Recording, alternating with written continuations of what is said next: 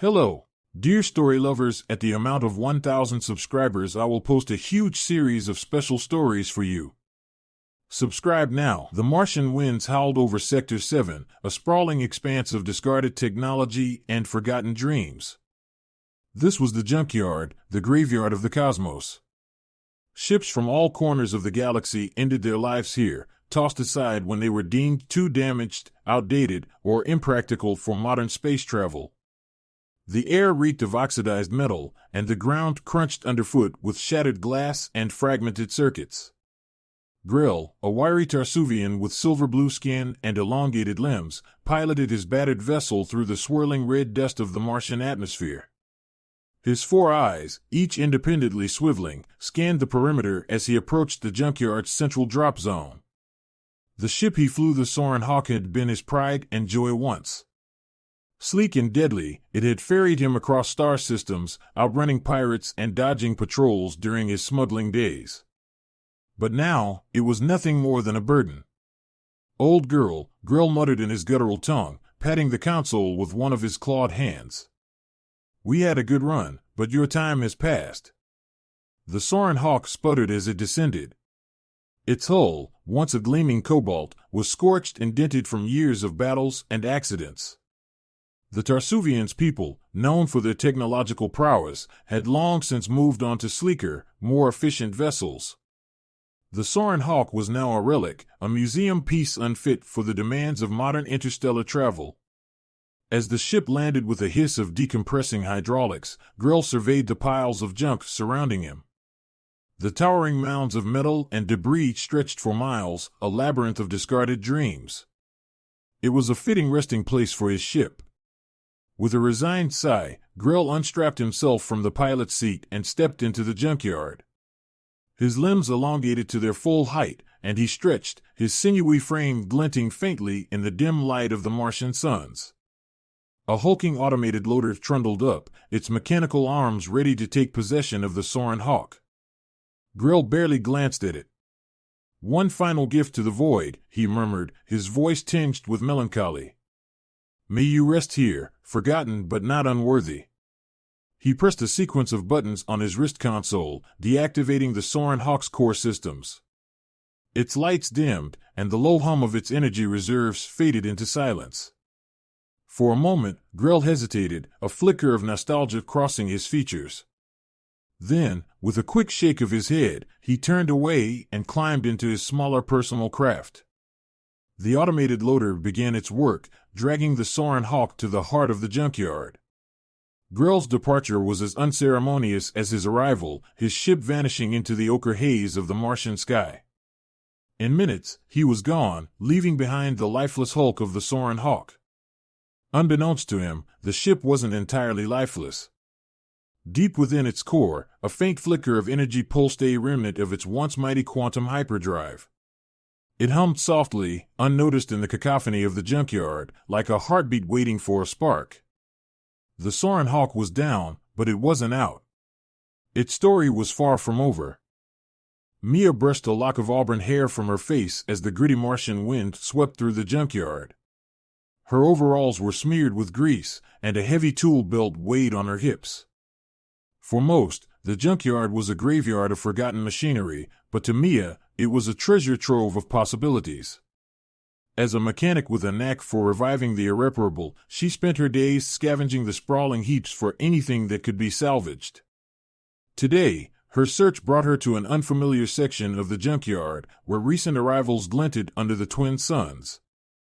She carefully climbed over a mound of rusting hoverbikes and broken drones, her boots crunching on shattered solar panels. Her sharp eyes darted from one piece of scrap to the next, always on the hunt for something that could be transformed. Then, she saw it. The Soaring Hawk loomed before her, its cobalt hull partially obscured by a heap of twisted metal. Its design was unlike anything she had seen before, sleek yet rugged, with a predatory elegance that made it stand out even in its battered state. Mia's heart skipped a beat. "What are you?" she whispered, stepping closer. She reached out, her fingers brushing the cool, scarred surface of the hull. The ship was larger than most of the derelicts in the Junkyard, with strange markings etched into its sides. The script was alien, curving and angular at the same time, and it sparked her curiosity. Despite the visible damage, the ship's structure was intact, and something about it called to her. Mia found a partially open hatch near the rear of the ship and climbed inside. The interior was dimly lit, the air stale but breathable.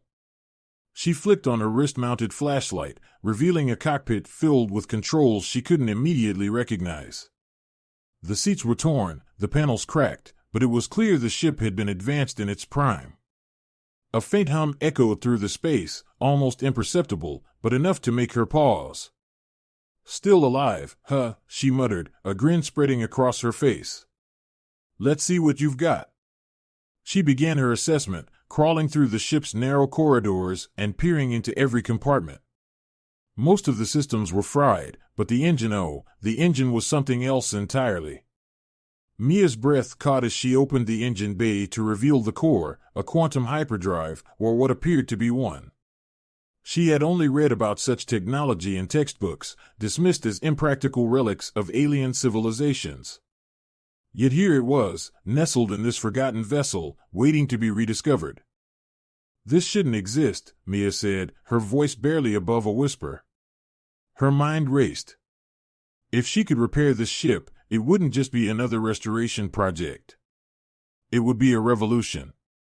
The Soaring Hawk could change everything, from interstellar travel to the balance of power in the galaxy.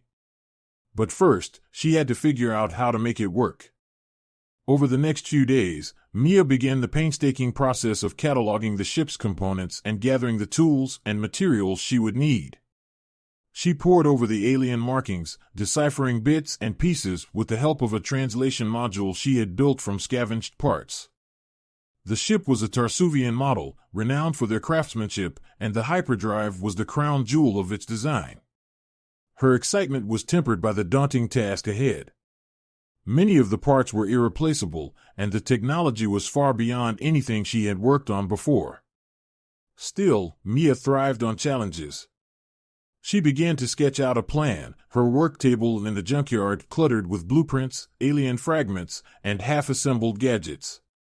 The junkyard's regulars, a motley crew of scavengers and tinkerers, noticed her obsession. Some offered curious glances, while others scoffed at her efforts.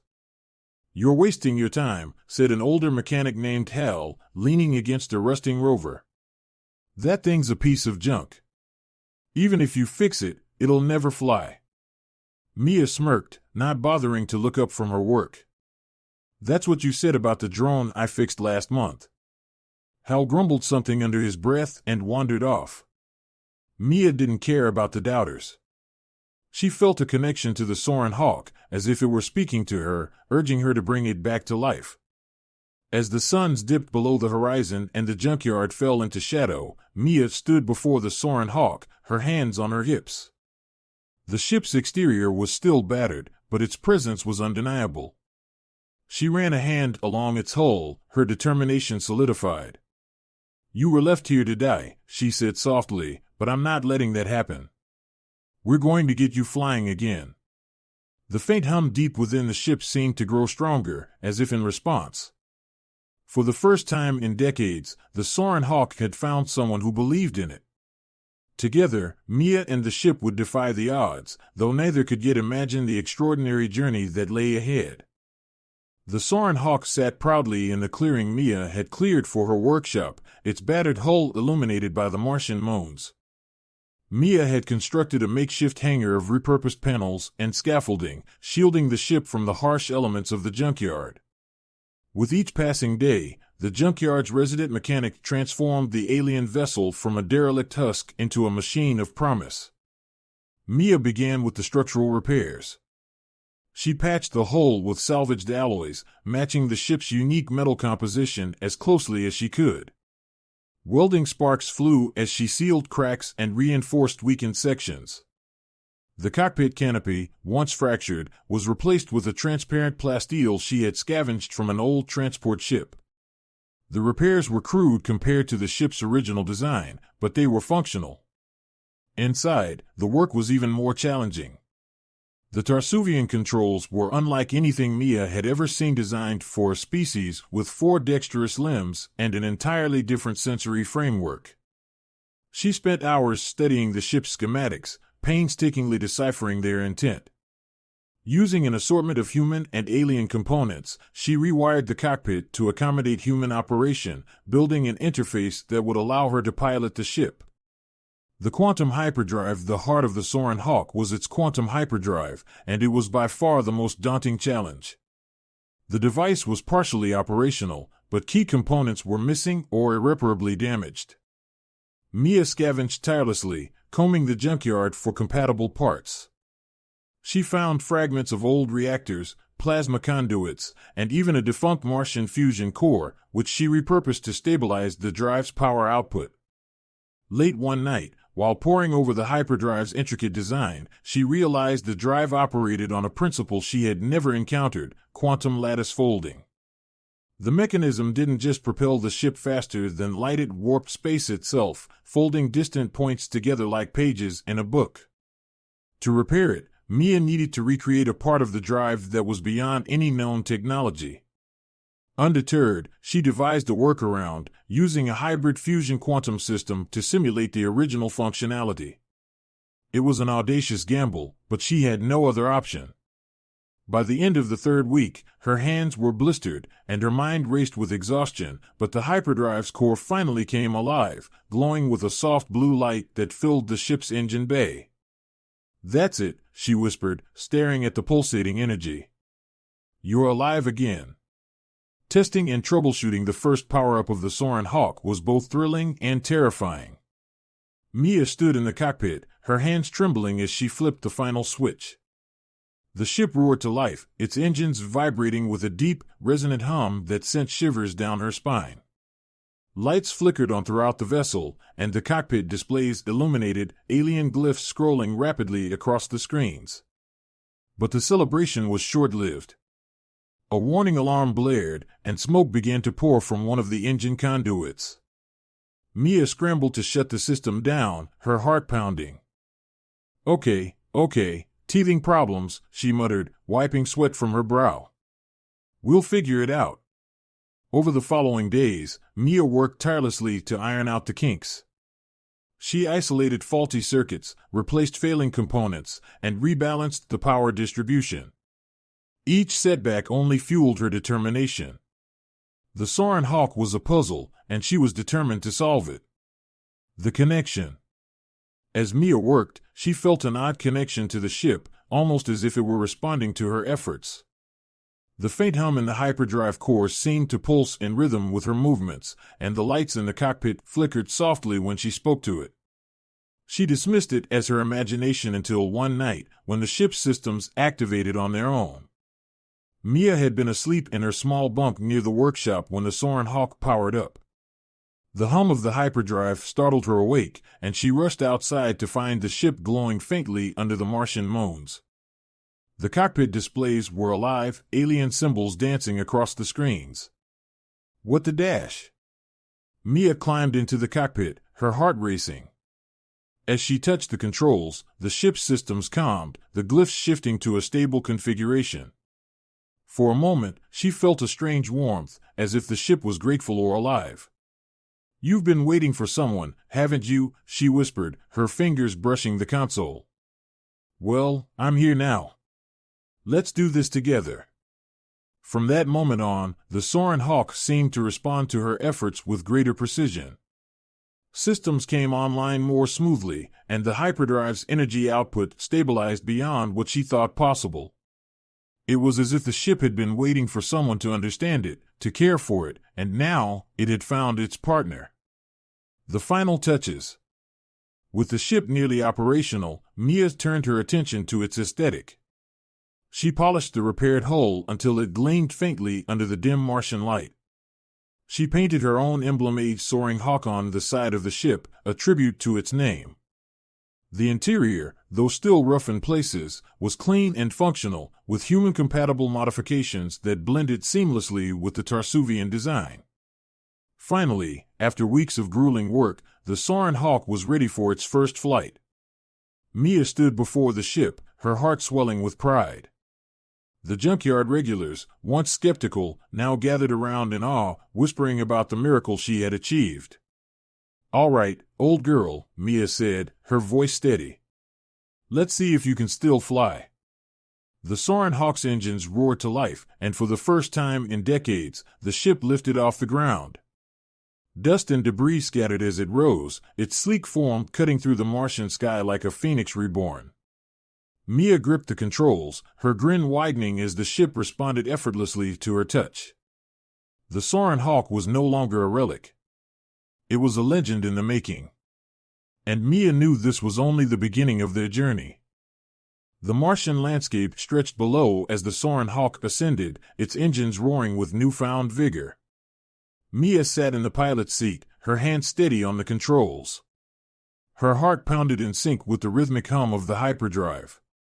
She had spent weeks pouring her soul into this ship, and now it was alive, truly alive.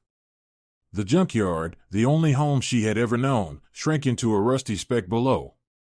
A mix of excitement and trepidation filled her as the Soaring Hawk soared into the thin Martian atmosphere.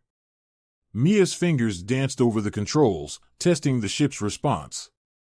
The modified interface she had installed worked seamlessly, translating the Tarsuvian systems into something intuitive for her.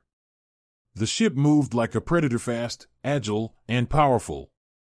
"Let's see what you can do," she whispered, her voice tinged with exhilaration.